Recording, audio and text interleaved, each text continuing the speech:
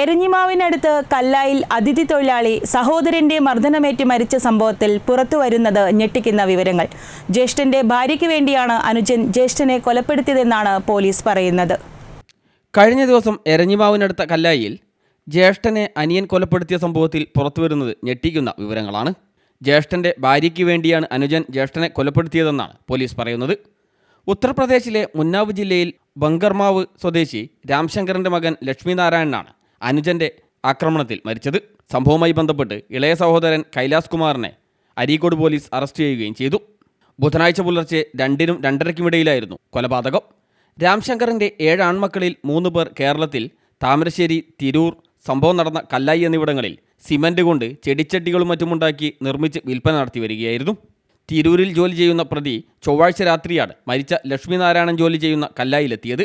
രാത്രി 2 മണിയോടെ മുറിയിൽ വെച്ച് ഇരുവരും തമ്മിൽ സംഘർഷമുണ്ടാവുകയും ലക്ഷ്മിനാരായണൻ ജീവരക്ഷാർത്ഥം റോഡിലേക്ക് ഓടി രക്ഷപ്പെടാൻ ശ്രമിക്കുകയും ചെയ്തു.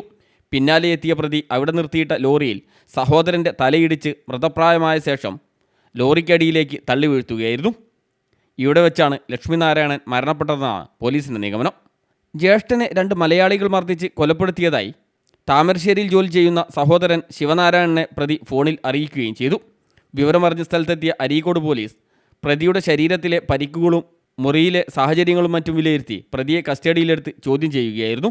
ചോദ്യം ചെയ്യലിലാണ് മരിച്ച സഹോദരൻ്റെ ഭാര്യയുമായി പ്രതിക്കുള്ള ബന്ധവും അതുമായി ബന്ധപ്പെട്ട് മരിച്ച സഹോദരനുമായുള്ള പ്രശ്നങ്ങളും പ്രതി സമ്മതിച്ചത്. മഞ്ചേരി ജില്ലാ ആശുപത്രിയിലെ പോസ്റ്റ്മോർട്ടത്തിന് ശേഷം മൃതദേഹം ആംബുലൻസിൽ ബംഗളൂരുവിലേക്ക്, അവിടെ നിന്ന് എംബാം ചെയ്ത് വിമാനത്തിൽ സ്വദേശത്തേക്കും കൊണ്ടുപോയി. മരിച്ച ലക്ഷ്മിനാരായണന് നാട്ടിൽ ഭാര്യയും 4-ഉം 1-ഉം വയസ്സുള്ള 2 മക്കളുമുണ്ട്. പ്രതി കൈലാസ് കുമാർ അവിവാഹിതനാണ്.